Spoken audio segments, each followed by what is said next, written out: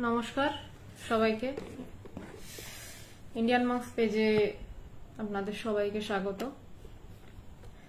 আজকে যোগ বাশিষ্ঠ সারের আলোচনার আজকে যেটা বিষয়, যে জ্ঞান লাভের জন্য মুখ্য সাধন কি। জ্ঞান লাভের জন্য তো অনেক রকম সাধনা হয়, কিন্তু মুখ্য সাধনা কি, যেটা বশিষ্ঠ মুনি বলছেন, বশিষ্ঠদেব যেই সাধনার কথা বলছেন, সেই সাধনাটা নিয়ে কথা বলবো আজকে। জ্ঞান লাভের জন্য অনেক রকম সাধনা হয়, ভক্তি পথের সাধনা, রাজযোগের সাধনা, জ্ঞান মার্গের সাধনা। কিন্তু বশিষ্ঠ মুনি বিশেষ এক প্রকার সাধনা নিয়ে যোগ বাশিষ্ঠ সারে কথা বলেছে। রামচন্দ্রকে জিত নমস্কার, সবাইকে নমস্কার, প্রণাম। অদ্বৈত বেদান্ত নিয়ে মূলত উপদেশ করেছিলেন।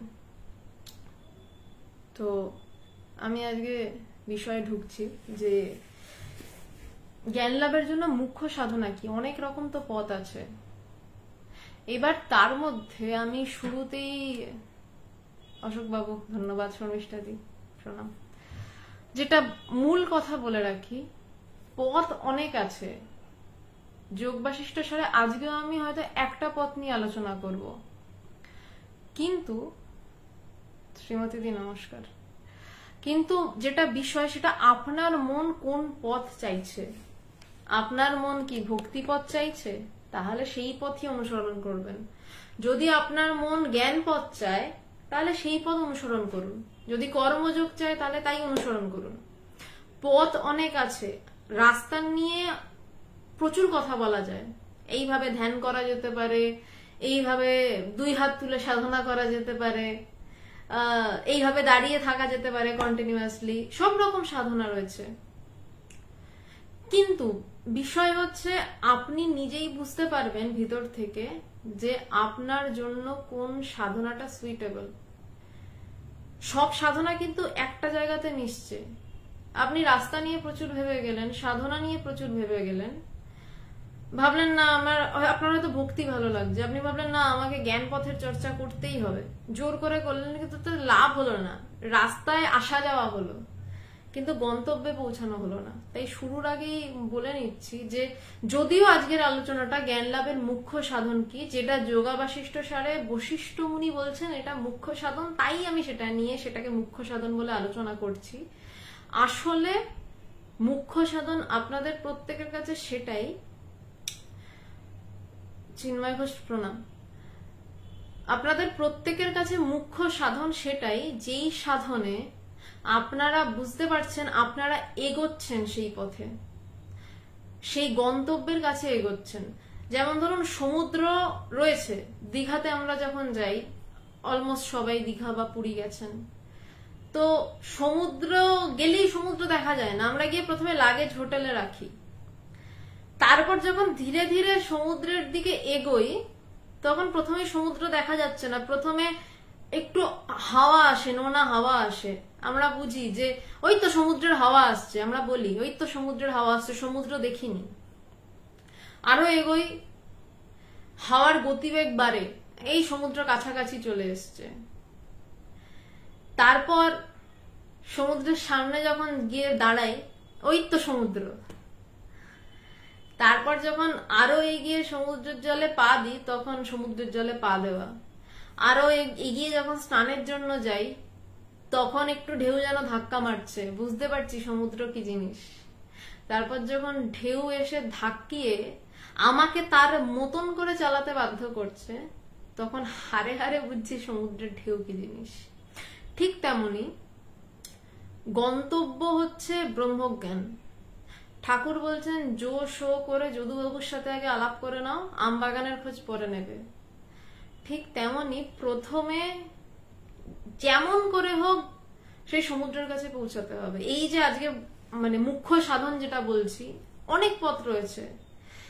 মূল কথা যেটা বলতে যে এতটা সমুদ্রের উদাহরণ দিলাম, সেটা হচ্ছে যে প্রথমে আপনি নিজেই টের পাবেন সমুদ্র কতটা কাছে। ভিতর থেকে বলবে, সেটা আপনি জ্ঞান পথে যান, ভক্তি পথে যান, যে পথে ইচ্ছা যান, প্রথমে ওই একটা লোনা হাওয়া টের পাওয়া যায়, ভিতরে হাওয়া টের পাওয়া যায় যে হ্যাঁ তিনি আমার কাছে, আরো এগোলে বোঝা যায় তিনি আমার আরো কাছে। একটা সময় যখন সমুদ্রে ঝাঁপিয়ে পড়া হয় তখন আর খবর নেই, বা ঠাকুরের ভাষায় বলা যায় যে খবর দেবে কে। তো আমি যোগ বাশিষ্ঠ সার থেকে শুরু করছি। জ্ঞান লাভের মুখ্য সাধন কি, এটাই আজকের বিষয়। বশিষ্ঠ মুনি যেটাকে মুখ্য সাধন বলছেন আমি সেটা নিয়ে আলোচনা করছি, কিন্তু বারবার বলছি সেটাই মুখ্য সাধন। আপনার নিজের ভিতরে আপনি যখন টের পাবেন যে এইভাবে সাধনা করে আমি তার কাছে যাচ্ছি, তার লোনা হাওয়ার গন্ধ আমার নাকে এসে লাগছে, তার হাওয়ার ঝাপটা আমার নাকে এসে লাগছে, সেটাই আপনার জন্য মুখ্য সাধন। আমি শুরু করছি। যোগ বাশিষ্ঠ সার, স্বামী ধীরাসানন্দজির টিকা, উদ্বোধন মানে উদ্বোধন প্রকাশনী। প্রথমেই বলছে শিষ্যের শুদ্ধ তীক্ষ্ণ সূক্ষ্ম বিচার কুশল বুদ্ধি জ্ঞান লাভের মুখ্য সাধন। সরি, এখানে বলছে শিষ্যের শুদ্ধ তীক্ষ্ণ সূক্ষ্ম বিচার কুশল বুদ্ধি। বুদ্ধির কথা আসছে জ্ঞান পথে, ভক্তি পথে বুদ্ধির কথা আসতো না। কারণ হচ্ছে ভক্তির পথে ভালোবাসছি, অত বিচার নেই, কেন ভালোবাসছি ভাবা নেই, দরকার নেই, সেটা আলাদা পথ, সেও পথ, সেখান দিয়ে গেলেও সমুদ্রের কাছেই পৌঁছায়। কিন্তু যেহেতু এটা জ্ঞান লাভের কথা, তাই বলছে জ্ঞান লাভের জন্য এক বুদ্ধি লাগবে, তীক্ষ্ণ বুদ্ধি। তাই জন্য জ্ঞান মার্গীদের পথ বলছে যে সব থেকে বিশিষ্ট অধিকারীর পথ, যারা অধিকারী বেদান্তের তারা জ্ঞান মার্গে চলবে। জ্ঞান মার্গে বিচার লাগছে, বুদ্ধি লাগছে, কেমন বুদ্ধি না সূক্ষ্ম বুদ্ধি। আমরা ছোটবেলায় অঙ্ক করতে গিয়ে অনেক সময় কথা শোনা যাচ্ছে না, কথা কেটে যাচ্ছে। আচ্ছা, বাকিরা যারা আছেন একটু কাইন্ডলি বলবেন যে মানে কথা কেটে যাচ্ছে না, তাহলে আমি বুঝতে পারবো যে আপনার নেটওয়ার্কের প্রবলেম না আমার নেটওয়ার্কের প্রবলেম। একটু যদি অন্যরা জানান কমেন্ট করে খুব ভালো হয়, যে আপনাদের কি সবারই কথা কেটে কেটে যাচ্ছে।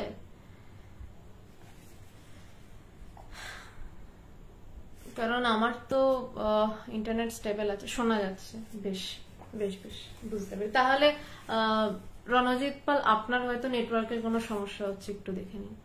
বেশ শোনা যাচ্ছে।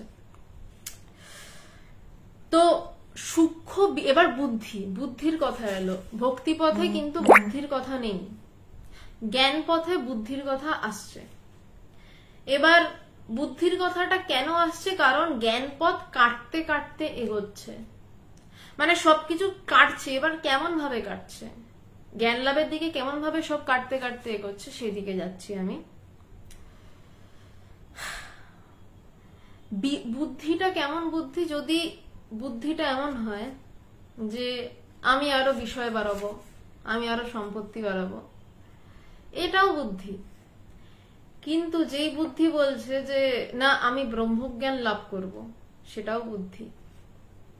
তো বুদ্ধিটাকে সেরকম হতে হবে সূক্ষ্ম বিচার কুশল। এবার বিচারটা কি? সূক্ষ্ম বিচার কুশল। বিচার মানে হচ্ছে এবার ব্রহ্মকে লাভ করবো, এটা তো বুদ্ধি এলো, এবার কিভাবে লাভ করব। বিচার বলতে আমি আগে অনেকবার বলেছি, আমি আবারও বলছি, বিচার মানে হচ্ছে এইটা বস্তু আর এটা অবস্তু, মানে বলা যেতে পারে আত্মা অনাত্মা বিচার। এই যোগাবাশিষ্ঠ সারের আজকে 12তম পর্ব, মানে প্রথম বা 4 নম্বর বা 5 নম্বর পর্বে সমস্ত বিচার নিয়ে আলোচনা হয়েছিল। আমি তাই বিচারের প্রসঙ্গে ডিটেলসে যাচ্ছি না। একটা বিচার হচ্ছে আত্ম অনাত্ম বিচার। মানে আমি ধরুন খুব দামি একটা কিছু আমার হাতে পড়লো, ধরে নিলাম অ্যাপেলের একটা ফোন পড়লো, তো ওটা দেখে আমার মনে হলো যে আচ্ছা এটা অ্যাপেলের ফোন, লোকে খুব মাতামাতি করছে। মানে যখন অ্যাপেলের যিনি মালিক তিনি বেঁচে ছিলেন, যখন প্রতিষ্ঠাতা, তখন অ্যাপেলের কোনো প্রোডাক্ট মার্কেটে আসার আগে রাত থেকে লাইন পড়ে যেত। তো সেই জিনিসটা ধরুন আমার হাতে পড়লো, আমি দেখে বললাম অ্যাপেলের জিনিস, তারপরে আমার ভিতর থেকে এলো কিন্তু এটাতে কি আমি নিজেকে জানতে পারবো? তাহলে আমি এটা নিয়ে কি করব? থাক। বলে আমি আবার চোখ বুঝে হয়তো বসে গেলাম, বা চোখ খুলেই বসে গেলাম যে আমি কোনটা, আমি নিজেকে এখনো জানতে পারছি না। আমার কিন্তু ওই অত দামি প্রোডাক্টের দিকে কোনো নজরই পড়লো না। আমি হয়তো খাচ্ছি 5 স্টার হোটেলে বসে, আমার ভিতরে চলছে যে আমি কে, খাচ্ছে কে। আমার খাওয়াটা দিকে অতটা মন নেই, খাওয়াটা আমার খাচ্ছি কিন্তু খাওয়াটা আমার বিষয় হয়নি। আমি যেটা মূল বলতে চাইছি যে আপনার বিষয় কোনটা হবে সেইটা কিন্তু যতক্ষণ না পৌঁছাচ্ছি তার আগে অব্দি আমার বুদ্ধি আমাকে নির্দিষ্ট করে দিচ্ছে। এবার অ্যাপেলের ফোনটা পেয়ে যদি আমি আপ্লুত হয়ে, ওটার পিছনে আপনারা জানেনই, মানে প্রত্যেকেই যখন স্মার্টফোন হাতে নিয়েছেন ওটার পিছনে 1-2 দিন কেটেই যায়, আমারও কেটেছে। তখন সবাই সারাক্ষণ ঘাটি আমরা। কিন্তু যখন আমার সেইটা বিষয় না হয়, আমার বিষয় হবে যে আমি নিজেকে জানতে পারলাম না, ফোনটা ঘাটছে কে তাকেই জানতে পারলাম না। বলছে এইটা কিন্তু আমাকে বুদ্ধি ধারণা করাচ্ছে, বুদ্ধি বোঝাচ্ছে যে তুমি এখনো নিজেকে জানতে পারোনি, সেইটা দেখো, আর ওটা একটা বাইরের জিনিস, ওটাকে নিয়ে তোমার কাজ নেই। বলছে এইটাকেই বলছে আত্ম, মানে নিজেকে, মানে খুব কিছু দামি জিনিস পাচ্ছি বা খুব ফ্রুটফুল কিছু পাচ্ছি, কিন্তু সেটাকে আমি জানার কিছু নেই বলে আমি ওটার সম্পর্কে বিষয় করছি না। আমি এই যে বললাম 5 স্টার হোটেলে বসে খাচ্ছি, কিন্তু আমার ভিতরের বিষয় ঘুরছে আমি কে। এই যে সূক্ষ্ম বিচার কুশল বুদ্ধি, এটাকে বলছে বিচার কুশল বুদ্ধি। একটু সূক্ষ্ম বিচার কুশল বুদ্ধি মানে একটু সূক্ষ্ম আলোচনা হচ্ছে একটু। হ্যাঁ শাশ্বতী, আমি জাস্ট এটাই জিজ্ঞাসা করতে যাচ্ছিলাম শাশ্বতীদের যে অসুবিধা হচ্ছে কি, একটু কমেন্ট করে জানালে আমার একটু সুবিধা হয়। মানে এই যোগা বাশিষ্ঠ সারের আলোচনাটাতে না মাঝে মধ্যে জটিল বিষয় এলে একটু বলে দেবেন যে অসুবিধা হচ্ছে কিনা, আর যদি অসুবিধা হয় সেটাও বলবেন। এটাতে মাঝে প্রশ্ন করুন, কোনো আপত্তি নেই, মানে রিলেটেড টু প্রশ্ন করুন, তাহলে আমি বুঝতে পারি। কারণ ছোট ছোট জায়গা থেকে না গেলে আমি পরের জায়গাটায় গিয়ে কোনো লাভ হবে না। আফটার অল যদি মানে অসুবিধা না হলে একটু বলে দেবেন যে না ঠিক আছে অসুবিধা হচ্ছে না, তাহলে আমি জায়গাটা ছেড়ে বেরিয়ে যেতে পারি। তো বলছে এটাই সূক্ষ্ম বিচার কুশল বুদ্ধি। এবার এই বুদ্ধিটাকে আসতে গেলে, আমি একটা 5 স্টার হোটেলে বসে আছি, আমি 5 স্টার হোটেলে চাকচিক্য দেখবো, আমি সেই চাকচিক্য ছেড়ে কেন বিষয় করতে যাব আমি কে খাচ্ছে, আমার খাচ্ছি দরকার কি। কিন্তু বলছে সেই দরকারটা কখন আসবে, যখন আমার বুদ্ধি শুদ্ধ হবে।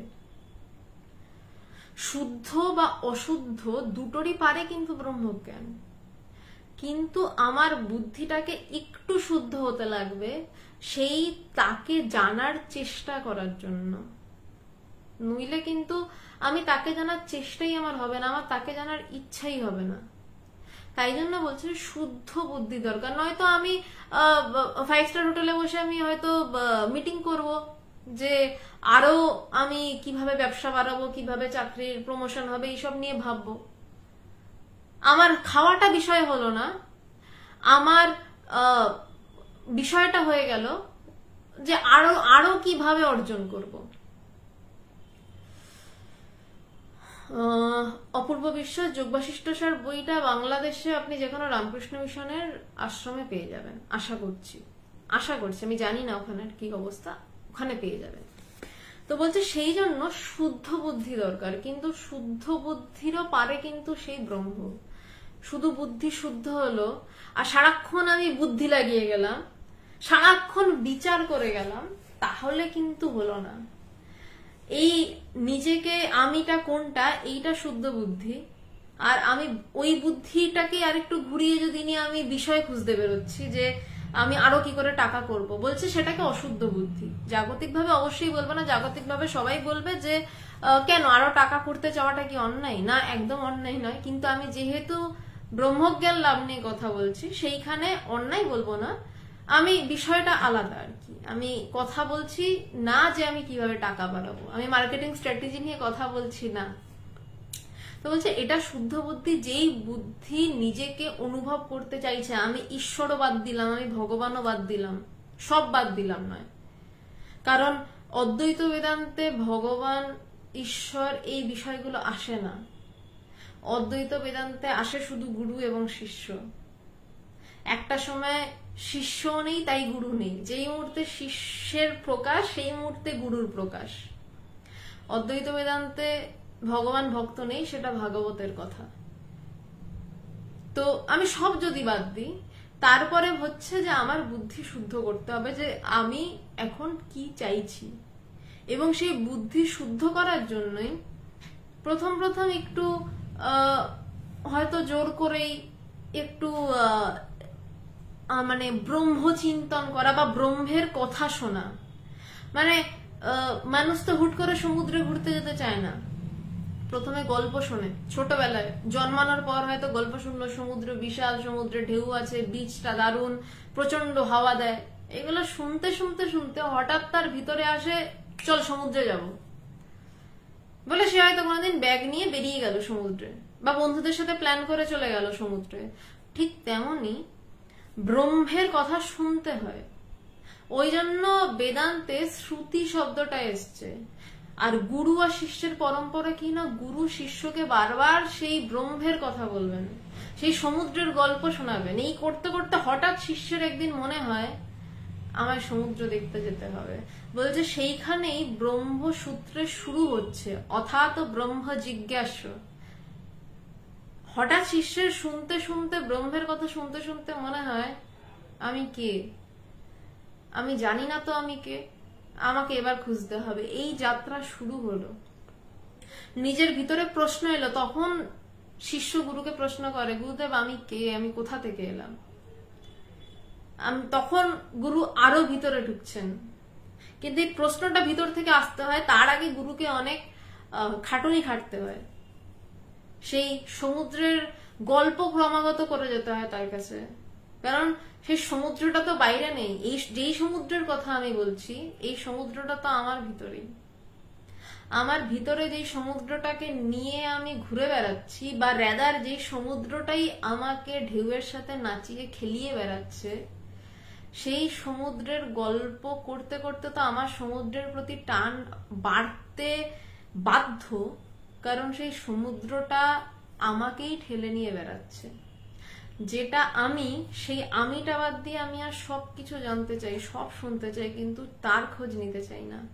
গুরু কি করেন, সেই ভিতরের, আমার ভিতরের সমুদ্রের গল্প আমার কানে করতে থাকেন। একটা সময়ের পর আমার মনে হয় না সমুদ্র দেখতে যেতে হবে, তখন শুরু হয় সাধনা। তখন সেই বুদ্ধি শুদ্ধ হয়, যে বুদ্ধি ভিতরে সমুদ্রটা দেখতে চায়। সেই বুদ্ধি তখন আত্ম অনাত্ম বিচার করে, বাইরের অনেক কিছু দেখা ছেড়ে ভিতরের সমুদ্র দেখতে চায়। তখন মনে করে যে না, আমাকে দেখতে যেতে হবে সেই জায়গা। তারপর যাত্রা শুরু হয়। তা বলছে শিষ্যের শুদ্ধ, তীক্ষ্ণ, সূক্ষ্ম বিচার কুশল বুদ্ধি জ্ঞান লাভের মুখ্য সাধন। বলছে জ্ঞান লাভের জন্য মুখ্য সাধনা এটাই, যে বুদ্ধিটাকে তার শুদ্ধ হতে হবে, তীক্ষ্ণ হতে হবে, এবং বিচার কুশল হতে হবে, যে এইটাকে আমি বিষয় করব, এটাকে করব না। এরপর যে সংস্কৃত শ্লোকটা বলছে, উচ্চারণ নিয়ে, আমার উচ্চারণ নিয়ে মাথা ঘামাবেন না। উপদেশ ক্রম রাম ব্যবস্থা মাত্র পালনম ইয়প্তেসু কারণং শুদ্ধ্যং শিষ্য প্রজ্ঞৈব কেবল। বলছে যে শ্রী বশিষ্ঠ বলিতেছেন, হে রাম, গুরুর শিষ্যকে উপদেশ প্রদান রীতি কেবল মর্যাদা পালন মাত্র, কিন্তু একমাত্র শিষ্যের প্রজ্ঞাই জ্ঞানের অবিমিশ্র কারণ। জটিল লাইন, ভাঙছি আস্তে আস্তে ভাঙছি। তো বশিষ্ঠদেব বলছেন, হে রাম, গুরুর শিষ্যকে উপদেশ প্রদান রীতি কেবল মর্যাদা পালন মাত্র। এবার উপদেশ প্রদান রীতিটা কি বলছেন, আমি সেইটা আসছি।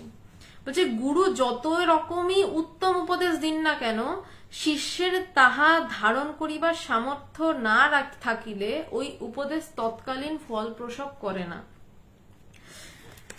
মূল বিষয় হচ্ছে গুরু শিষ্যকে উপদেশ দেবে। উপদেশ মানে কি, যেটা বললাম, সেই ব্রহ্ম বাক্য শোনাবে, সেই ব্রহ্মের কথা শোনাবে। কিন্তু এখানে একটা কিন্তু আছে। কিন্তুটা কেমন, যেমন কঠোপনিষদে এই শ্লোকটা বলছে, আশ্চর্য বক্তা কুশলহস্য লব্ধ। বলছে বক্তাকেও যেমন আশ্চর্য হতে হবে, শ্রোতাকেও তেমনি কুশলী হতে হবে। সেই আধার থাকতে হবে। আমি একটা ছোট্ট মাটির ভারে দুধ ঢাললাম, একটা অবধি দুধ ধরবে, তারপর ঢেলে যাচ্ছি দুধ উপচে পড়ে নষ্ট হবে। কিছু শিষ্য থাকেন যে প্রচন্ড ধ্যান ধারণা করা, গুরুর সামনে গেল, গুরু তাকে ব্রহ্ম উপদেশ দিচ্ছে, সেটা শুনতে শুনতে শিষ্য সমাধিস্থ হয়ে পড়লো, শিষ্য জ্ঞান লাভ করে ফেললো। আবার প্রচুর শিষ্য থাকে, গুরু বলেই যাচ্ছেন, তাদের কিছুই হচ্ছে না। বড়দের একটু ভালো ধ্যান টান হচ্ছে, এইটুকু, তাদের জ্ঞান লাভ হচ্ছে না। কিছু হচ্ছে না মানে আমি বলছি জ্ঞান লাভ হচ্ছে না। গুরু বলে যাবেন আর কিচ্ছু হবে না, এটা হয় না। একটুও যদি শিষ্যের গুরুর প্রতি মন থাকে তো হয়। ব্যাপারটা এমনই, যতটা শিষ্য ব্রহ্ম জ্ঞান লাভ করতে চাইবে, সে গুরুর উপদেশটা ততটাই গ্রহণ করতে পারবে। এটাকে আধার বলা হচ্ছে। যেমন আমি যতটা দুধ ঢালছি মাটির ভারে, আমি যদি আর একটু বড় ভার জোগাড় করে নিয়ে আসি, আমি দুধ বেশি পাবো, দুধ কম নষ্ট হবে। আধার মানে হচ্ছে এই যে সাধন, ধ্যান ধারণা, ক্রমাগত কথা শোনা, এগুলো কেন করতে হবে? বলছে গুরু তো বলেই দিচ্ছেন আসলে কি, তুমি কে, কিন্তু সেইটা ধারণা করার জন্য সাধনা, কৃষ্ণ নাম, বা যদি ধ্যান করতে ভালো লাগে ধ্যান, বই পড়া, সমস্ত কিছু, তা কেবলমাত্র গুরুর উপদেশ যাতে আমি ধারণা করতে পারি সেই জন্য। যদি আমি গুরু আমাকে বলে গেলেন, যেমন ছান্দোগ্য উপনিষদই আপনারা যদি দেখেন, শ্বেতকেতু বিশাল ঋষি, সে যখন তার বাবা আরুণির কাছে এসে ব্রহ্মজ্ঞান সম্পর্কে জানছে, বাবা তার পিতা আরুণি বিশাল ঋষি, বিশাল জ্ঞানী ঋষি, ব্রহ্মজ্ঞানী ঋষি, তিনি শ্বেতকেতুকে বারবার বলছেন, হে শ্বেতকেতু তত্ত্বমসি, তত্ত্বমসি শ্বেতকেতু, প্রায় বারবার বলছে। শ্বেতকেতু বারবার বলছে আমি বুঝছি না। শেষে গিয়ে শ্বেতকেতু বলছে ঠিক আছে। তখন আর বুঝেছি বা বুঝিনি বলেনি কিছু, তার আর ভিতরে প্রশ্ন নেই। তার গুরু বাবাও তার মুখ দেখে বুঝে গেছেন যে শেষ, বুঝে গেছে। কিন্তু তার আগে অব্দি সেই মহাবাক্য প্রয়োগ হচ্ছে তার প্রতি। শ্বেতকেতু, সে পিতা তার আরুণি, তার প্রতি তত্ত্বমসি, আমাদের উপনিষদের যে 4টে মহাবাক্য, তার মধ্যে একটা বাক্য তত্ত্বমসি, সেই মহাবাক্য প্রয়োগ করছে। তো শ্বেতকেতুর বুঝতে সময় লাগছে। তেমনি যতই মানে যত বেশি নিজেকে তৈরি করা, শ্বেতকেতু শেষে বুঝলো, যে বুঝছিল না সেই কিন্তু বুঝলো। আমি আজ বুঝতে পারছি না বলে সারা জীবন বুঝতে পারবো না এমনটা নয়। আমি আজ বুঝতে পারছি না, কাল বুঝবো, কিন্তু সেই কবে বুঝবো সেটা যেন অনন্ত না হয়ে যায়। আমি আজ বুঝছি না, কাল বুঝবো, কাল না বুঝলে পরশু বুঝবো, কিন্তু বুঝে ছাড়বো। এইটার জন্য, বোঝার জন্য কি করতে হবে না, ইচ্ছা বাড়ানো। ইচ্ছা বাড়ার সাথে সাথে কি আসবে, আমার যা যা করার আমি করব। আমি ধ্যান বাড়াবো, আমি হয়তো জব বাড়াবো, যার যেভাবে পছন্দ সে সেটা বাড়াবে। কেউ কারো ধ্যান করতে ইচ্ছা করছে না, সে কৃষ্ণ নাম করছে, তারপর দেখা গেল তার ধ্যান জমে গেছে। বলছে এই সমস্ত কিছুই কেন না, গুরুর উপদেশ পালনের জন্য। শ্রী বশিষ্ঠ বলিতেছেন, হে রাম, গুরুর শিষ্যকে উপদেশ প্রদান রীতি কেবল মর্যাদা পালন মাত্র। বলছে যে যেই উপদেশ দেওয়া হচ্ছে সেটা শুধু মর্যাদা পালন, মানে বলা, শুধু বলতে হয় বলছে, কিন্তু একমাত্র শিষ্যের প্রজ্ঞাই, প্রজ্ঞা শব্দটা মানে হচ্ছে বিচার কুশল তীক্ষ্ণ বুদ্ধি। আমি প্রজ্ঞাটা নিয়ে আর আলোচনায় যাচ্ছি না, কারণ অলরেডি আমি এটা নিয়ে আলোচনা করেছি। বলছে একমাত্র শিষ্যের প্রজ্ঞাই জ্ঞানের অবিমিশ্র কারণ। বলছে জ্ঞান লাভ যদি যেই শিষ্য করবে, তার প্রজ্ঞাই হচ্ছে, মানে তার সেই বিচার কুশল বুদ্ধি। গুরু বলে যাচ্ছেন, আত্মচিন্তনের কথা বলে যাচ্ছেন। শিষ্যের মধ্যে যখন সেই তীক্ষ্ণ বিচার কুশল বুদ্ধিতে শিষ্য নিজের ভিতরে সেই কথাটাকে ক্রমাগত মনন করতে থাকবে, মনন করতে করতে শিষ্যের মধ্যে সেই কথা যখন নিদিধ্যাসনে পরিণত হবে।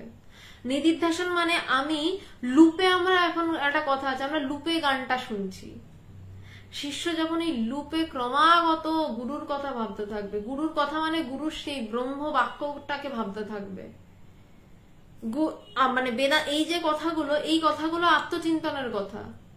তো সে যখন ক্রমাগত ভিতরে যে কোনো একটা গুরুর লাইন সে তুলে নিল, সবটা নয় হয়তো, যে কোনো একটা গুরুর সব বাক্য সে ধরে নিল, যেই বাক্যটা আত্মজ্ঞানের কথা বলছে, সেই বাক্যটা নিয়ে যখন ক্রমাগত সে নিজের ভিতরে চিন্তন করছে, এটাকে বলছে মনন।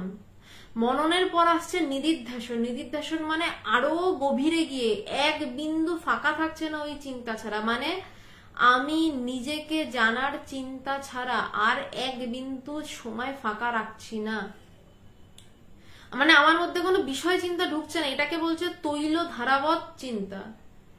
যেমন তেল যখন ঢালা হয় কোনো ফাঁক থাকে না, জল ঢাললে কিন্তু একটু ফাঁক ফাঁক হতে পারে, মানে একটু ফাঁকা হতে পারে, ছেদ হতে পারে, তেল কিন্তু একদম স্মুথ পড়ছে। বলছে সেইভাবে যখন ভিতরে ক্রমাগত আত্মচিন্তন হবে তখন বোঝা যাবে যে জ্ঞান লাভের আর দেরি নেই। তখন সমুদ্রের হাওয়াটা জোরে নাকে ধাক্কা মারে যে সমুদ্র কাছেই, সমুদ্র দেখতে পেয়ে যাব, গিয়ে ঝাঁপিয়ে পড়তে পারবো।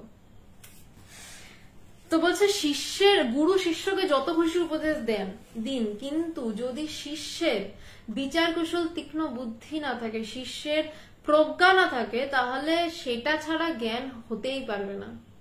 বলছে সেটাই জ্ঞানের অবিমিশ্র কারণ। এবার যদি বলেন যে না আমার তো আজকে দাঁড়িয়ে সেটা নেই, তো ঠিক আছে, চেষ্টা করুন, আরো ধ্যান ধারণা বাড়ান, কাল হবে না পরশু হবে, কিন্তু হতে হবে। না হয় শুধু একটু আধ্যাত্মিক চর্চা করে কি লাভ, একটু শান্তি পেয়ে কি লাভ? যদি অল্প শান্তি পান তো পুরোটা পান। অল্প আধ্যাত্মিক চিন্তা ভাবনা কথাবার্তা হচ্ছে, আবার তারপর মনে হচ্ছে যে অত দরকার নেই, আমি এরকমই ঠিক আছি, একটু চর্চা করব, লাভ নেই। তার থেকে ভালো পুরোটাই ক্লাবে বসে আড্ডা মারা ভালো।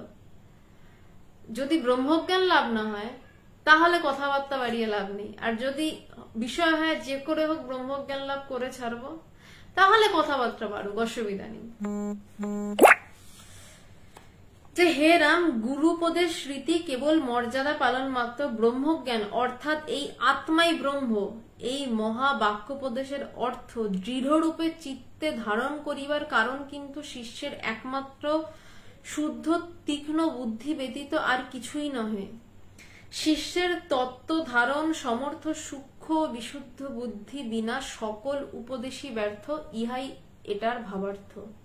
টিকা করণ স্বামী ধীরেশানন্দজি বলছেন যে ব্রহ্মজ্ঞান মানে এই আত্মাই ব্রহ্ম, এই আত্মাই ব্রহ্ম বলে যখন চুপ হয়ে যায় বলছে সেইটাই ব্রহ্মজ্ঞান।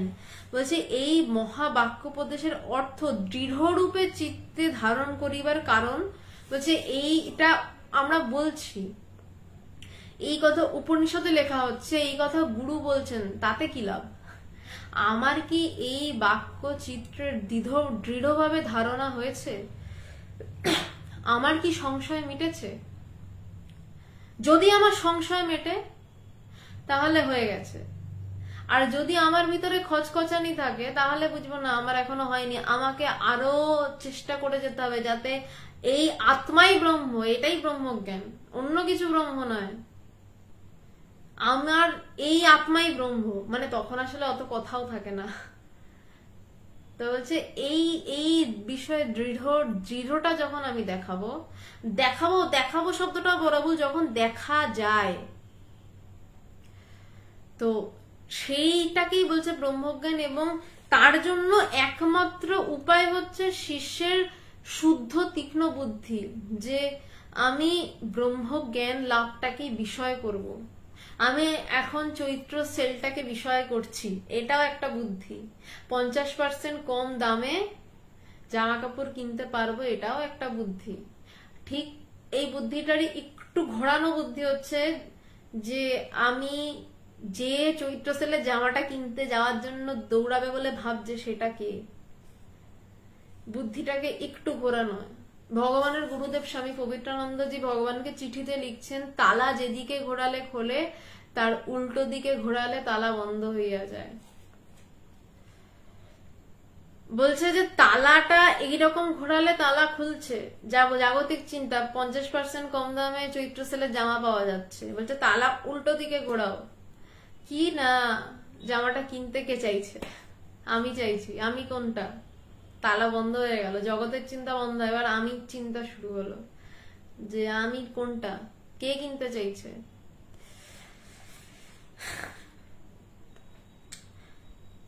শিষ্যের তত্ত্ব ধারণ সমর্থ সূক্ষ্ম বিশুদ্ধ বুদ্ধি বিনা সকল উপদেশই ব্যর্থ। বলছে কিন্তু এই সমস্ত কথা গুরু বলছেন, কিন্তু তারপরেও শিষ্যের তত্ত্ব ধারণ সমর্থ, বলছে শিষ্যের বুদ্ধি যেরকম হলে তত্ত্বটাকে ধারণ করতে পারবে সেই রকম বুদ্ধি ছাড়া সকল উপদেশই ব্যর্থ। ভগবানের কাছে একবার একজন ডাক্তার এসছেন, দুপুরবেলা এসেছিলেন হঠাৎ করে। তো ভগবান জেগেছিলেন, দেখা করছেন, তো আমি সামনে বসে আছি। তো সেই ডাক্তার ভগবানকে বলছেন যে ভগবান তাকে ব্রহ্মজ্ঞান লাভ নিয়ে অবশ্যই কথা বলছেন। এটা আমি ঘটনাটা বলছি 7-8 বছর আগের ঘটনা। তিনি সেই ডাক্তার এখন অনেকটাই এগিয়ে গেছেন এই পথে। তো ভগবানকে উনি বলছেন যে ভগবান সবকিছু বলার পর বেদান্ত নিয়ে খুব উচ্চ অবস্থার কথা হচ্ছে, সব হচ্ছে, হওয়ার পর হঠাৎ করে তিনি ভগবানকে বলছেন যে আমি না চেষ্টা করব, কিন্তু বাড়িতে খুব সমস্যা, সবার, এটা কিন্তু সবার কথা, বলছে বাড়িতে সমস্যা, আমি চেষ্টা করব কিন্তু ঠিকভাবে ধ্যান করতে পারি না। তো ভগবান তাকে বললেন যে যেই চেষ্টাটা করলে আপনার হচ্ছে না, আপনি তার থেকেও বেশি চেষ্টা করুন, যদি সেই চেষ্টাতেও না হয় তার থেকেও বেশি চেষ্টা করুন। এমন চেষ্টা করবেন না যেই চেষ্টা করে বলতে হয় চেষ্টা করেও পারলাম না, এমন চেষ্টা করুন যেই চেষ্টাতে আপনি পারবেন। এমন চেষ্টার প্রয়োজন নেই যেই চেষ্টাতে হবে না, চেষ্টা সেরকম ভাবে করতে হয় যেই চেষ্টাতে হয়। বলছে তার জন্য যদি আরো চেষ্টা বাড়াতে হয় বাড়ান, বিষয় হচ্ছে আমাকে যেমন তেমন করে হোক এই তত্ত্ব ধারণ করতে হবে। আমি ব্রহ্ম, অন্য কিছু বলা হয়নি, অন্য বিশাল কিছু বলা হচ্ছে না। লন্ডনে গিয়ে কিছু করতে বলা হচ্ছে না, সুইস ব্যাংকে গিয়ে টাকা জমা রাখতেও বলা হচ্ছে না, বলা হচ্ছে নিজের বাড়িতে বসে নিজের ঘরের খাটের উপর বসে এইটা বুঝতে যে আপনি ব্রহ্ম, আপনি ঈশ্বর, ঈশ্বর বাইরে কোথাও নেই। এর থেকে সহজ কথা আর কি হতে পারে? এর থেকে সহজ কথা আর কি, আর কত সহজ হতে পারে? পৃথিবীর সব থেকে সহজ জিনিস বলছে আপনি ব্রহ্ম, এটা শুধু বুঝুন।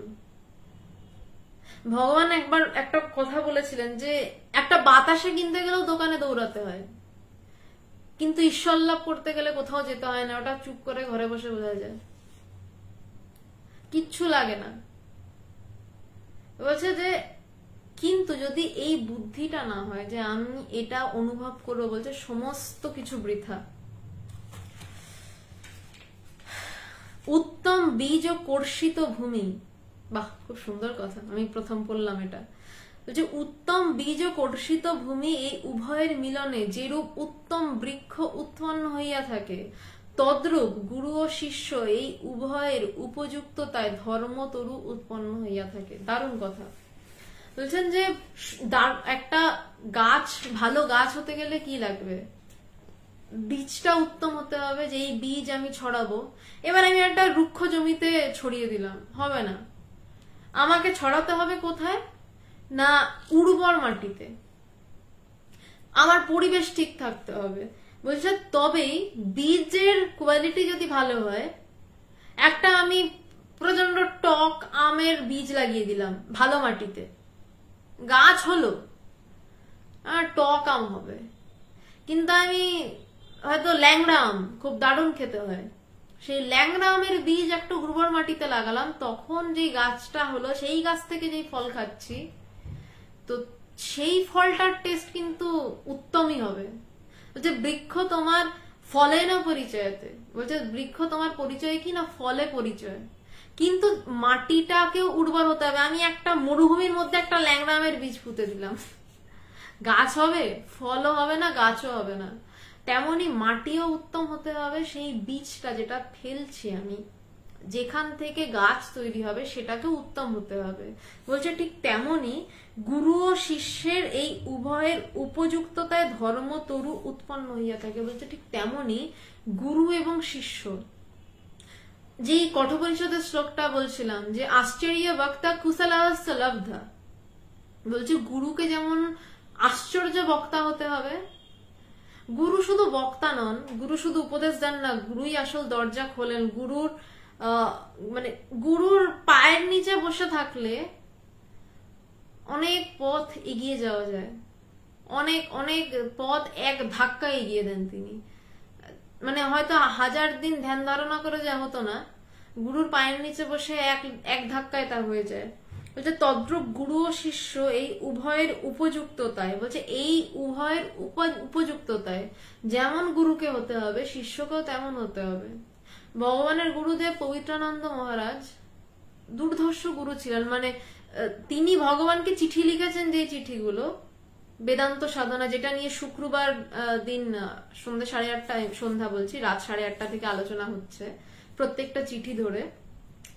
পবিত্রানন্দজি 10,000 শিষ্য ছিল শোনা যায়, কিন্তু ভগবানের মতন গভীর জ্ঞানী এবং ভগবান যাকে বলছি, মানে আমার মতন একটা আধুনিক শিক্ষায় চালকলা বাঁধা শিক্ষায় শিক্ষিত মেয়ে, তো সেখানে তো একটা ব্যাপার আছে অবশ্যই, অ্যাটলিস্ট আমি বুঝতে পারি, কারণ আমি বলতে বাধ্য হচ্ছি তাকে ভগবান, আমি না বলে পারছি না। তো সেখানে গুরু কেমন ছিলেন সেটা বেদান্ত সাধনা নিয়ে যখন আলোচনা শুরু হয়েছে আপনারা শুনলে বুঝতে পারবেন। আর অ্যাটলিস্ট মানে এখন যে আলোচনা হচ্ছে সেখান থেকে একটু তো আন্দাজ করা যেতে পারে আমার গুরু কেমন। তো সেই গুরুদেব যেমন দুর্ধর্ষ ছিলেন পবিত্রানন্দজি, তিনি ভগবানকে যে চিঠিগুলো লিখেছিলেন, বেদান্ত সাধনা ভগবান আসামে থাকতেন তাই দুজনের মূলত চিঠিতে কথা হতো, ভগবানও তেমন আশ্চর্য শিষ্য ছিলেন। গুরুদেব যেমন আশ্চর্য বক্তা, তেমন শিষ্য তেমনি তীক্ষ্ণ বিচার বুদ্ধি সম্পন্ন, কুশলহস্তলব্ধা, যে কি শিষ্যকেও তেমন কুশলী হতে হবে। বেদান্ত সাধনার চিঠিগুলো যখন আলোচনা হবে আপনারা বুঝতে পারবেন। এই শুক্রবার 3য় চিঠি আলোচনা হবে, আগে শুক্রবার আলোচনা করা যায়নি। মানে চিঠিগুলোতে দেখবেন যে কিভাবে কুশলী উপদেশ দিচ্ছেন পবিত্রানন্দজি, এবং ভগবান সেই কুশল মানে সেই তীক্ষ্ণ বিচার বুদ্ধি দিয়ে সেই উপদেশগুলোকে গ্রহণ করছেন। পবিত্রানন্দজি কি তার বাকি শিষ্যদের বলেননি? পবিত্রানন্দজি তার 10,000 শিষ্যকে তো অবশ্যই বলেছেন, কিন্তু সেই 10,000 শিষ্য মধ্যে সেই কুশলী বুদ্ধি ছিল না যেটা ভগবানের মধ্যে ছিল। তাই ভগবান আজকে তাকে আমি ভগবান বলে ডাকতে বাধ্য হচ্ছি। তাই তার নির্বিকল্প সমাধি হয়েছিল 1984 সালে। হ্যাঁ শাশ্বতী দিয়ে আমি ভীষণ লাকি, আমার গুরু এখনো পৃথিবীতে আছেন, আমি প্রচন্ড লাকি, এই বিষয়ে আমি মানে একদম একমত। তো বলছে তেমনি গুরু এবং শিষ্য, মানে শুধু বই পড়ে গেলাম, গুরু শিষ্যের সম্পর্কে আমাকে বলতেই হচ্ছে, মানে আমি শুধু বই পড়ে গেলাম বা বাড়িতে বসে থাকলাম আমার গুরু সব করে দিলেন না, এমনটা নয়। গুরু শিষ্যের মধ্যে একটা ইন্টারাকশন থাকা জরুরি, কথা থাকা জরুরি, তাড়াতাড়ি এগোয়, কাজ তাড়াতাড়ি হয়। তাই বলছেন যে ওই জন্যই এত মানে এই বইটাও গুরু শিষ্যের কথোপকথন নিয়ে। কিন্তু আমি সোমবার দিন যে বইটা নিয়ে আলোচনা করি, স্বামী শিষ্য সংবাদ, সেটাও স্বামী বিবেকানন্দ তার শিষ্যের কথোপকথন। এই যোগাবাশিষ্ঠ সার সেই সত্যযুগের কথা বলছে, তা কয়েক হাজার বছর আগের কথা। স্বামী শিষ্য সংবাদের কয়েক হাজার বছর আগের এই পুঁথি, এই যোগাবাশিষ্ঠ সার, বশিষ্ঠ মুনি তার শিষ্য রামচন্দ্রের সাথে কথা বলছেন। আবার আমি এখন বেদান্ত সাধনা শুক্রবার নিয়ে আলোচনা করছি, আমি জাস্ট এই হঠাৎ এই বলতে বলতে আমার এই চেনটা মাথায় এলো, সেটাও ভগবান, আমার গুরুদেব ভগবানের সাথে তার গুরুদেব স্বামী পবিত্রানন্দজির ইন্টারাকশন, কথোপকথন। মানে অবস্থাটা ভাবুন, আমি মানে হঠাৎ এখন বলতে গিয়ে মানে এই বিষয়টা এলো, কয়েক হাজার বছর আগে যোগাবশিষ্ঠ সার গুরু শিষ্যের ইন্টারাকশন হচ্ছে, তারপর কয়েক হাজার বছর পরে স্বামীজি এবং তার শিষ্য শ্রী শরৎচন্দ্র চক্রবর্তী ইন্টারাকশন হচ্ছে গুরু শিষ্য। আবার শুক্রবার দিন বেদান্ত সাধনা, আমার গুরুদেব ভগবান যিনি এখনো দেহে আছেন, বেঁচে আছেন, তার সাথে তার গুরুর ইন্টারাকশন হচ্ছে। মানে এই পদ্ধতিটা কিন্তু সনাতন, সেই সত্যযুগ টু কলিযুগ অ্যান্ড রিসেন্ট যুগ। এই যে গুরু শিষ্যের কথা, এটা কিন্তু হতেই হবে, নইলে জ্ঞানের স্পার্ক হয় না। জ্ঞানের স্পার্ক হতে গেলে গুরু শিষ্যের যে পরম্পরা, মানে আমি এখন অদ্ভুত লাগছে ভেবে, আমি তো এই 3 দিন ধরে এই মানে গুরু শিষ্যের পরম্পরা নিয়ে আলোচনা মানে করাচ্ছেন তিনি আমাকে দিয়ে। তো বলছে যে সেরকম গুরু শিষ্যে উভয়ের উপযুক্ততায় ধর্মতরু উৎপন্ন হইয়া থাকে। বলছে ধর্মতরু মানে সেই জ্ঞান লাভের বৃক্ষ, সেই জ্ঞান লাভের আগুন জ্বলে ওঠে এই গুরু শিষ্যের কথোপকথনে, গুরু শিষ্যের আলোচনায়। একসময় গুরু কৃপায় শিষ্যের মধ্যে জ্বলে ওঠে, কিন্তু শিষ্যকেও নিজের আধার বাড়াতে হবে, নিজের বাটিটা বড় করতে হবে, নয়তো গুরু শুধু দুধ ঢেলে যাবেন, একটা সময় দুধ উপচে পড়বে। ওই একটা পুরাণের কথা আছে না, যে বিষ্ণু মনুর কাছে এসছে একটা ছোট মাছ হয়ে, তারপর মাছটা বড় হচ্ছে, মনু সেটাকে নিয়ে গিয়ে প্রথমে একটা কলসিতে রেখেছিল, তারপর বড় কলসি, তারপর পুকুরে, তারপর সমুদ্রে। বলছে যেমন ভাবে গুরু একদিনেই তো বিশাল আধার হয়ে আমরা কেউ যাইনি বা যায় না, তো এটা ইচ্ছা থাকতে হবে যে গুরুর বাক্য যখন আমার প্রতি আসছেই আমি যেন সেটাকে ধারণ করতে পারি। তার জন্য যা করার করতে হবে, আমাকে ধ্যান ধারণা বাড়াতে হলে বাড়াতে হবে, আমাকে মানে যেটা করার, আমি চেষ্টা করছি হচ্ছে না এই কথাটা বলবেন না, এমন চেষ্টা করতে হবে যেই চেষ্টাটা করলে হয়। কারণ এই পৃথিবীতে আরো অনেক মানুষ ব্রহ্মজ্ঞান লাভ করেছেন, আপনি প্রথম নন যিনি করবেন। প্রচুর মানুষ করেছেন, তারা বলছেন হ্যাঁ করা যায়। গৃহী করেছেন, বশিষ্ঠ মুনি গৃহী ছিলেন, ভগবান আমার গুরুদেব গৃহী, তিনি ব্রহ্মজ্ঞান লাভ করেছেন।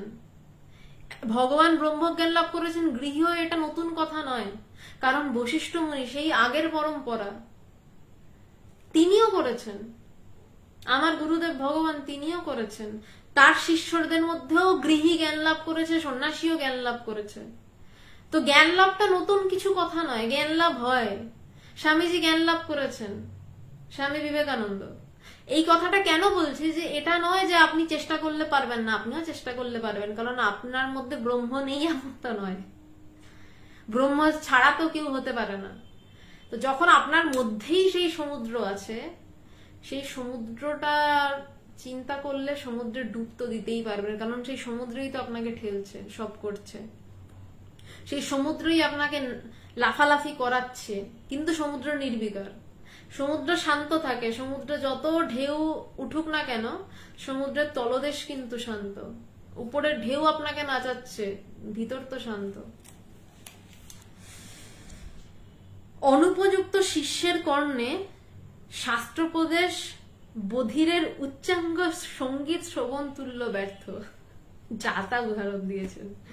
বলছে অনুপযুক্ত শিষ্যের কর্ণে, বলছে যেই শিষ্য উপযুক্তই নয় বেদান্ত শোনার, এই বাক্য শোনার, বলছে তার কানে শাস্ত্রোপদেশ বধিরের উচ্চাঙ্গ সঙ্গীত শ্রবণ তুল্য ব্যর্থ। বলছে যে কানে শুনতে পায় না, তার সামনে তানসেন বসেও গান গাইলে সেই সঙ্গীত যেমন ব্যর্থ, কারণ সে শুনতে পাচ্ছে না।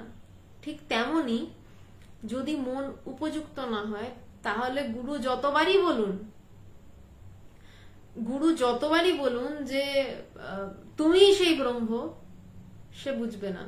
যেমন ডোভারলেন মিউজিক কনফারেন্স সারা রাত ধরে হয়, আমি ওখানে গিয়ে দেখেছি অনেকে সেই মিউজিক কনফারেন্সের মধ্যে বসে ঘুমায়, মিজাজে ঘুমাচ্ছে, নাক ডাকছে, হঠাৎ নাক ডাকার শব্দ এলো। এদিকে কিন্তু হয়তো স্টেজে হরিপ্রসাদ চৌরাসিয়াজি বাঁশি বাজাচ্ছেন বসে। আমি স্তম্ভিত হয়ে গেছিলাম। হরিপ্রসাদ জি আরো তার 5 জন শিষ্য, মানে ডোভারল্যান্ড মিউজিক কনফারেন্স মানে তো সেই লেভেলের হয়, সেখানে বাঁশি বাজাচ্ছেন, মানে সুরে ছেয়ে যাচ্ছে। আমি হঠাৎ পাশ থেকে শুনলাম একজন নাক ডেকে উঠলো। বেশিরভাগ মানুষ উচ্চাঙ্গ সঙ্গীত শুনতে গিয়ে ঘুমিয়ে পড়েন, তারা কিন্তু কালা নয়। আবার যারা কালা তাদের সামনে বলছে উচ্চাঙ্গ সঙ্গীত করাটা বেকার। আবার যে কালা নয় কিন্তু শুয়ে ঘুমিয়ে পড়ছে, তার সামনেও করাটা বেকার, কারণ সে তো রসই নিতে পারছে না। কার সামনে করতে হবে? যে উচ্চাঙ্গ সঙ্গীত বোঝে। উচ্চাঙ্গ সঙ্গীত মানে শাস্ত্রীয় সঙ্গীত, সঙ্গীতের উচ্চ নিচ হয় না, কিন্তু শাস্ত্রীয় সঙ্গীত তার অনেক ব্যাপার রয়েছে, আমি বিশদে যাচ্ছি না সেখানে। বলছে শাস্ত্রীয় সঙ্গীতের শ্রোতা আলাদা, ঠিক তেমনই বলছে এই বেদান্তের চর্চার মানুষ আলাদা। যারা ব্রহ্মকে জানতে চাইবে তারাই যেন এটা শোনে। বলছে যাদের মধ্যে একটু ইচ্ছা হয়েছে তাকে জানবো, তবে গুরুর বাক্য কাজে দেবে, আদারওয়াইজ গুরুর বাক্য কাজে দেবে না। এমন সেই ওই হরিপ্রসাদ চৌরাসিয়াজির বাঁশি শুনতে শুনতে নাক ডাকা শুরু হয়ে যাবে, একটা সময় ঘুমিয়ে যাবে। যে যাহার শুদ্ধ বিচার কুশল বুদ্ধি নাই, শাস্ত্র তাহার কি করিবে। যে এত তো শাস্ত্র রয়েছে, এত রকমের শাস্ত্র রয়েছে, কিন্তু তাতে পৃথিবীর এত কোটি মানুষের কি আসে যায়। ভারতবর্ষকে দেবভূমি বলা হয়, এখানে বেশিরভাগ অবতার এখানে জন্মেছেন, এই মাটিতে জন্মেছেন, প্রচুর মুনি ঋষি সাধনা করে যাচ্ছেন। তাতে ভারতের 130 কোটি মানুষের কি আসে যায়। 130 কোটি মানুষের মধ্যে 1 কোটি মানুষ হয়তো ইন্টারেস্টেড, বা তাও নয়। সেই 1 কোটির মধ্যে হয়তো 50 লাখ সিরিয়াসলি তাকে জানতে চাইছে, তার মধ্যেও হয়তো কয়েকজন মাত্র চেষ্টা করছে, খাটছে তার পিছনে, আমাকে জানতে হবে। তার মধ্যেও কয়েকজন তাকে পাচ্ছে। কেন পাচ্ছে? সেই কয়েকজন তাকে কেন পাচ্ছে? আমি 130 কোটি থেকে কয়েকজনে কোন কিসের বেসিসে নামলাম? তার ইচ্ছার বেসিসে, তার চেষ্টার বেসিসে ওই কয়েকজন এলো। কয়েক কোটি থেকে কয়েকজন। শুধু এটা ব্রহ্মজ্ঞানের ক্ষেত্রে বলছি, চাকরির ক্ষেত্রে যান, ইউপিএসসি তে মেয়েরা ফার্স্ট হয়েছে, সেটা নিয়ে অনেক আলোচনা চলছে। এটা কেন সম্ভব হয়েছে? এই চরম জায়গা থেকে, মানে ইউপিএসসি তে চান্স পাওয়াটা বিশাল ব্যাপার। সেখানে প্রথম কিসের বেসিসে হয়? তার চেষ্টার বেসিসে। তার চেষ্টা থাকলে সে খাটবে ওটার পিছনে। ঠিক ব্রহ্মজ্ঞান, ও বাবা ওর তো আমার হবে না, এমনটা নয়। হ্যাঁ, আপনারও হবে, কিন্তু হচ্ছে আপনার চেষ্টা কতটা, আপনার ইচ্ছা কতটা, আপনার তীব্রতা কতটা, আপনি এটার পিছনে সময় দিচ্ছেন কতটা। এটা কি আপনার বিষয় হয়েছে? প্রথম প্রশ্ন এটা। যদি বিষয় না হয় তাহলে বিষয় করুন। এটা বলবেন না ও বাবা আমার হবে না, বিষয় করুন। তো বলছে যাহার শুদ্ধ বিচার কুশল বুদ্ধি নাই, শাস্ত্র তাহার কি করিবে। বলছে শাস্ত্র তো রয়েছে, এবং ভারতবর্ষ তো চলমান শাস্ত্র, এত ঋষি মুনি। বলছে যার শুদ্ধ বিচার বুদ্ধি নেই, বলছে যার মধ্যে এটা নেই, শাস্ত্র তাকে কি করবে। নেত্রবিহীন ব্যক্তিকে কি দর্পণ মুখ প্রতিবিম্ব দর্শন করাইতে পারে? বলছে যার চোখই নেই তাকে কি আয়না নিজের মুখ দেখাতে পারবে? যে যে যে জানতেই চায় না, মানে এইসব কথাগুলো মানে জাস্ট একটা গালে চড় মারার মতন লাগে আর কি। বলছে এত কিছু সামনে রয়েছে, কিন্তু তারপরেও আমরা, মানে এক্সট্রিমলি সরি, আমি আপনাদের কারুর গালে চড়ের কথা বলছি না, প্রত্যেকের নিজেদের গালে অ্যাকচুয়ালি নিজেদের চড় পরে। এই শাস্ত্রের বইগুলো এমন, যোগা বশিষ্ঠ স্যার এমনই একটা বই, মানে আমার আগে যখন পড়তাম আমার মনে হতো যে বোধহয় গালে চড় পড়ছে, যে এখনো বসে আছিস, মানে এই ধরনের। এখনো নিজেকে জানা হলো না। বিবেক চূড়ামণি যদি পড়েন, আচার্য শঙ্করের লেখা, শঙ্করাচার্যের লেখা, বিবেক চূড়ামণি পড়ে আমার মনে হয়েছিল আমাকে কেউ ঠাস ঠাস করে চড়াচ্ছে। মানে প্রত্যেকটা শ্লোকে ধিক্কার, তোমার এখনো জ্ঞান লাভ হলো না। সব শ্লোকের শেষে ওইটাই কথা, যে তোমার এখনো জ্ঞান লাভ হলো না, তোমার এখনো সে ইচ্ছা হলো না। তো বলছে যে নেত্রবিহীন ব্যক্তিকে কি দর্পণ মুখ প্রতিবিম্ব দর্শন করাতে পারে? একজন বিষয় চিন্তায় ডুবে থাকা মানুষের সামনে আপনি যত গিয়ে বলুন যে ওরে বাবা যেই বিষয়ের চিন্তাটা করছিস, যেটা দিয়ে করছিস সেটাকেই জানতে বলছি, সে বলবে ও আমি আধ্যাত্মিকতা বুঝি না। যদি তারপর বলি যে আরে তুই যে বলছিস যে আমি আধ্যাত্মিকতা বুঝি না, ওই আমিটাই আধ্যাত্মিকতা, সে তারপরেও বলবে ও ঠিক আছে তুই করছিস কর। বলছে সেটা নয়, বলছে তেমনই। বলছে এদের হচ্ছে নেত্রবিহীন ব্যক্তি, বলছে যার চোখই নেই, তাকে আপনি যত আয়নার সামনে এনে দাঁড় করান কিছুতেই সে নিজের মুখ দেখতে পারবে না। আচার্য শ্রী শঙ্কর বলেছেন, এটা দিয়ে শেষ করছি, বিবেক চূড়ামণির একটা শ্লোক,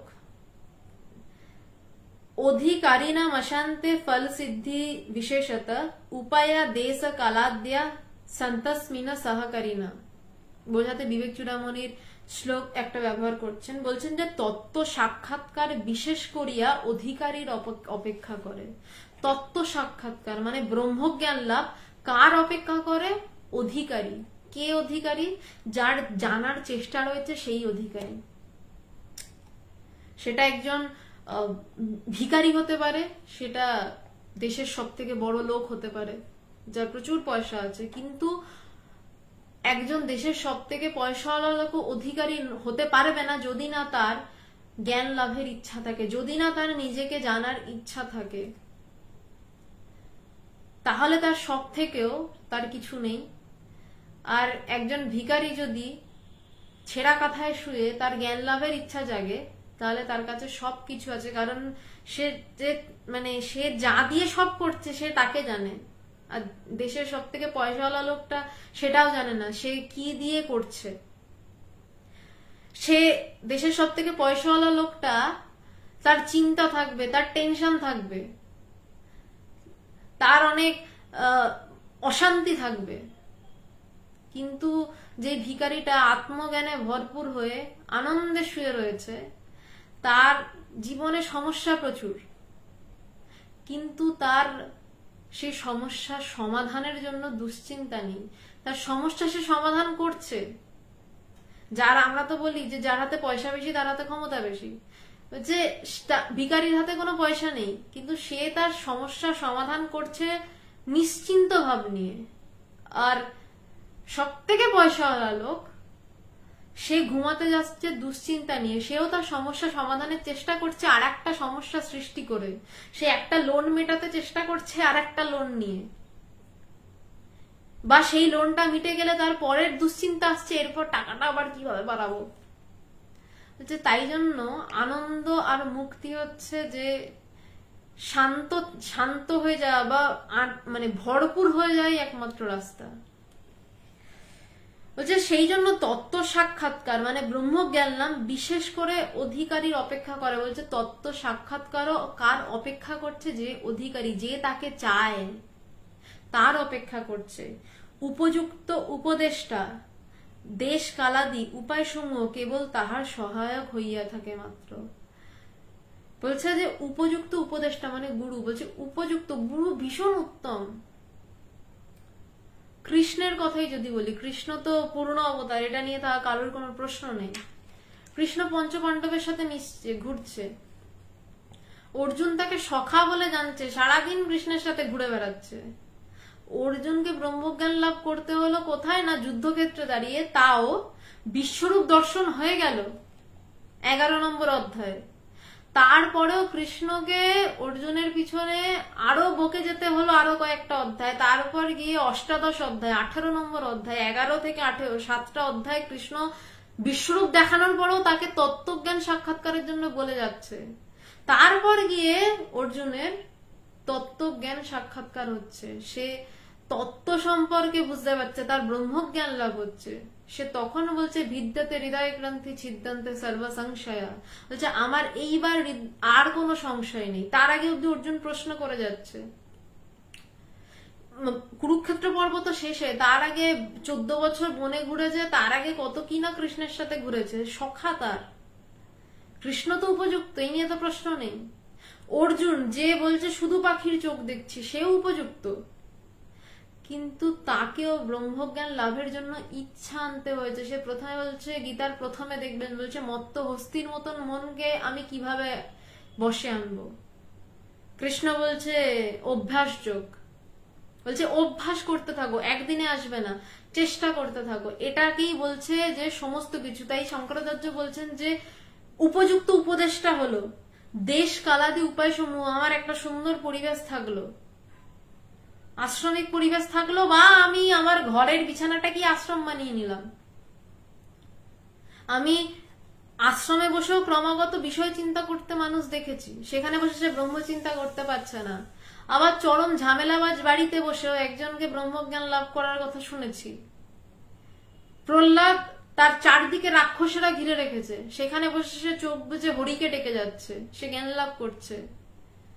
আবার যে হয়তো কৃষ্ণের পাশে বসে আছে অর্জুন, তার জ্ঞান লাভ হতে দেরি হচ্ছে, বিশ্বরূপ দর্শনের পরও 7টা অধ্যায় ধরে কৃষ্ণকে বকতে হচ্ছে। বলছে এইগুলো কেন? বলছে এই উপযুক্ত গুরু থাক, আমার সুন্দর পরিবেশ থাকলো, আমার সুন্দর সময় থাকলো, আমাকে সেই সময় কেউ ডিস্টার্ব করছে না। বলছে এই সমস্ত উপায় সমূহ কেবলমাত্র তার সহায়ক যে সেই ব্রহ্মজ্ঞান লাভ করতে চাইছে, যে তার জন্য চেষ্টা করছে। যেভাবে হোক আমাকে চেষ্টা করতে হবে। সে ভক্তিপথে চেষ্টা করছে, বা সে নিজের দিকে তাকিয়ে তার চিন্তাগুলো ধরার চেষ্টা করছে, বা সে ক্রমাগত নিজেকে প্রশ্ন করছে আমি কে, বা সে কোনো একটা ব্রহ্ম বাক্য নিয়ে ক্রমাগত চিন্তন করছে। এই যে আজকে যে গোটাটা আলোচনা হলো, এখানে আমি আলোচনা আজকে শেষ করছি, যে সেই আলোচনায় শাস্ত্রে যে 4 রকমের কৃপার কথা বলছে। প্রথম কৃপা বলছে আত্মকৃপা। এইটা হচ্ছে আত্মকৃপা। আত্মকৃপা মানে আমি নিজেকে নিজে কৃপা করছি যে আমি এবার ব্রহ্মকে জানতে চাই। বলছে এই নিজেকে ধাক্কা মারতে হয়। আমরা চাকরির ক্ষেত্রে বলি, অন্য ক্ষেত্রে বলি, আধ্যাত্মিক ক্ষেত্রে বলি না, এটা যে নিজেকে নিজে বুস্ট আপ করতে হয়, ধাক্কা মারতে হয়। আরে আমাকে জানতে হবে। এই বুস্ট আপটা একটু জোরে ধাক্কা কখন হয় না, যখন গুরু এসে ক্রমাগত বলেন যে ওরে তোর ভিতরেই সব রয়েছে, তুই নিজেকে জান, এটা ছাড়া আর কিছু নেই। সেটা একটু জোরে ধাক্কা।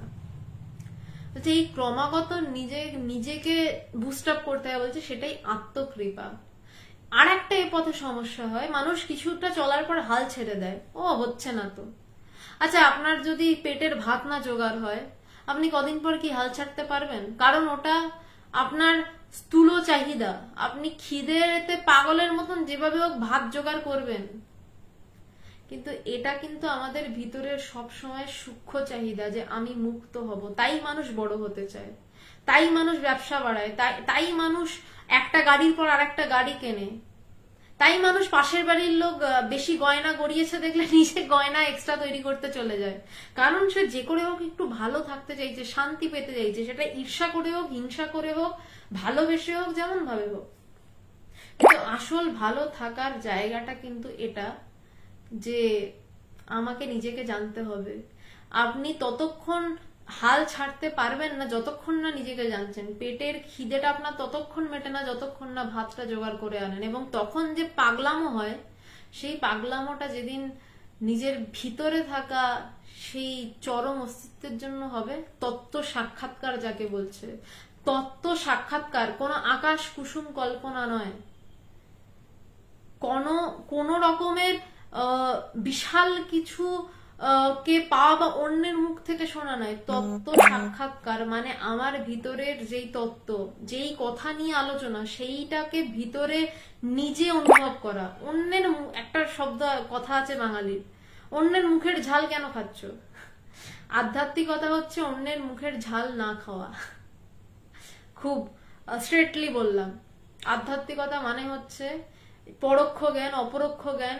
অপরোক্ষ জ্ঞান হচ্ছে নিজের মুখের ঝাল নিজে খাওয়া, পরোক্ষ জ্ঞান হচ্ছে পরের মুখের ঝাল খাওয়া। পরের মুখের কথা শুনে ভাবলাম হ্যাঁ লঙ্কায় ভীষণ ঝাল, ওই দে তো লঙ্কাটা খেয়ে দেখি, লঙ্কাটা একটু কামড় দিন, ঝাল টের পাবেন, হাফ করে বুঝে যাবেন যে কি লেভেলের ঝাল লঙ্কায়। পরোক্ষ জ্ঞান হচ্ছে নিজে লঙ্কা খেয়ে দেখা, লঙ্কায় কতটা ঝাল। অপরোক্ষ জ্ঞান মানে তত্ত্ব সাক্ষাৎকার। আমি নিজেই টের পাচ্ছি যে কি সেই ব্রহ্মানন্দ, কি সেই কোন বস্তুর কথা বলছে, কোন তত্ত্বের কথা বলছে। আর তার আগে অব্দি এই যে শোনা, এই লঙ্কার কথা শোনা, যদি আমি না শুনি লঙ্কাটা খেতে ঝাল বা কি, বা লঙ্কার বিষয় না জানলাম, আমার তো লঙ্কাটা নিয়ে কামড় দেওয়ার ইচ্ছা হবে না। সেই জন্যই ওই লঙ্কার কথা শুনে যাওয়া, গুরুর কথা শোনা, ব্রহ্মের কথা শোনা, সেই তত্ত্বের কথা ক্রমাগত শুনে যাওয়া, যাতে আমার একটা সময় মনে হয় দাও তো লঙ্কাটা একটু কামড় দিয়ে দেখি, কামড়ালে তারপর ঝালটা বোঝা যায়। ঠিক তেমন তত্ত্ব সাক্ষাৎকার হলে, নিজের ভিতরে সেই তত্ত্ব প্রতিভাত হলে বোঝা যায় সেই তত্ত্ব কি। কারোর কি কোনো প্রশ্ন আছে? আজকে এই অবধি আলোচনা, কারোর কি কোনো প্রশ্ন আছে? আজকের আলোচনার মূল বিষয় হচ্ছে জ্ঞান লাভের জন্য মুখ্য সাধন কি। একটা পথ নিয়ে আলোচনা হলো, কিন্তু জ্ঞান লাভের জন্য মুখ্য সাধন আসলে হচ্ছে আপনার চেষ্টা। প্রথম ওটাই, আপনার চেষ্টাটা, ব্যাস ওটাই মুখ্য সাধন, এবং তার পিছনে আপনার এফোর্ট।